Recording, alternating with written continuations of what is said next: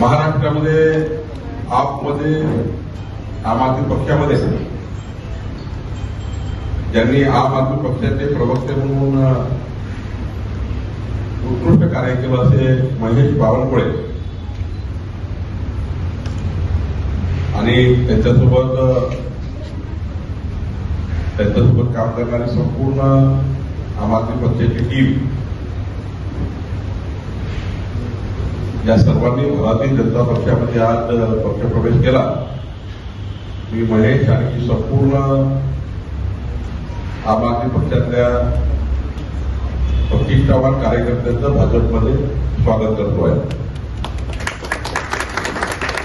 आमच्या पक्षाच्या महामंत्री यशवंतराव जिचकारजी, सतीश जाधवजी आणि संपूर्ण टीमने आपले प्रभागाध्यक्ष अमर आणि सर्वांनी खूप याकरता प्रयत्न केले।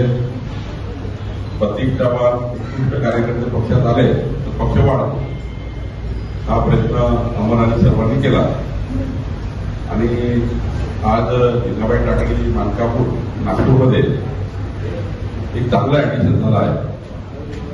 या ऍडिशनमुळे पक्षाला उत्कृष्ट कार्यकर्ते मिळाले।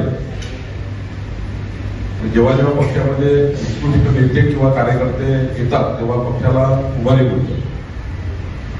मला विश्वास आहे की अश्विनीताई संदीपच्या नेतृत्वामध्ये महेश हे चांगलं काम करतील। नितीनजी देवेंद्रजींच्या नेतृत्वामध्ये नागपूर शहरामध्ये भारतीय जनता पक्ष मजबूत होईल आणि विकासाच्या मुख्य धारेमध्ये आपण सर्वांनी देशाला पुढे नेण्याकरता, महाराष्ट्राला नागपूरला पुढे नेण्याकरता काम करावं याची विनंती आपल्याला करतो। मोदीजींनी विकसित भारताचा संकल्प केला आहे, त्या संकल्पाला साथ देण्याकरता आपण सर्वांनी आपला मोठा पाठबळ या ठिकाणी द्यावं अशी विनंती आपल्याला आहे। एकीकडे काँग्रेस पार्टी रोज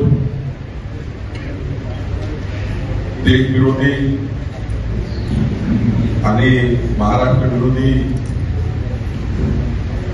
राजकारण करत आहे। आत्ताच राहुल गांधींनी ओबीसी, एससी, एसटी आरक्षण बंद करू अशी घोषणा केली आहे। याकरता सुद्धा एक मोठी चळवळ, सामाजिक चळवळ उभी करावी लागणार आहे। आपण ठरवलं आहे की राहुल गांधी जेव्हा जेव्हा महाराष्ट्रात येईल तेव्हा आम्ही त्यांना प्रश्न विचारणार आहे की ओबीसी, एससी, एसटीचं आरक्षण तुम्ही का बंद करताय? काँग्रेसने म्हटलं की आम्ही आरक्षण बंद करतो। मोदीजी आरक्षण टिकवण्याकरता काम करत आहे। मोदीजींनी महामानव डॉक्टर बाबासाहेब आंबेडकरांचं संविधान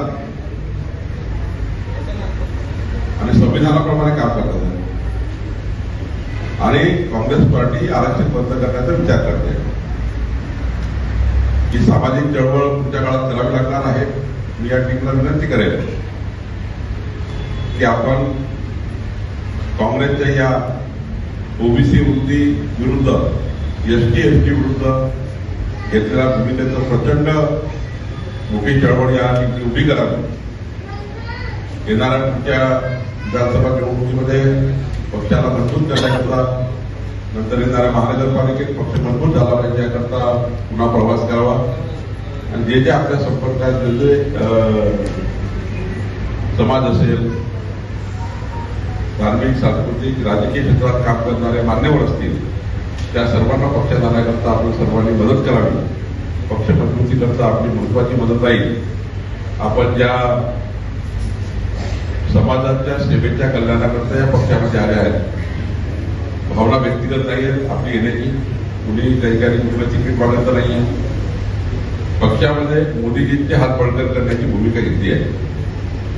राष्ट्र कल्याणाकरता, देश कल्याणाकरता, महाराष्ट्राच्या कल्याणाकरता पक्ष मजबूत करणे आणि सत्ता ही समाजाच्या शेवटच्या व्यक्तीला कल्याण करण्याकरता सत्ता ही साधन म्हणून त्याचा उपयोग करणे याकरता आपण सर्व पक्षात आले आहे। मी आपलं स्वागत करतो आणि आपल्याला आश्वस्त करतो की भारतीय जनता पार्टी आपल्याला चांगलं पाठबळ देईल, नेतृत्वाला पाठबळ देईल आणि पुढच्या काळामध्ये जे जे काम आपण हाती घ्याल हे पुढे नेण्याच्या करता आमची पूर्ण वाटचाल आपल्याला करू एवढेच या ठिकाणी आपल्याला मी आश्वस्त करतो.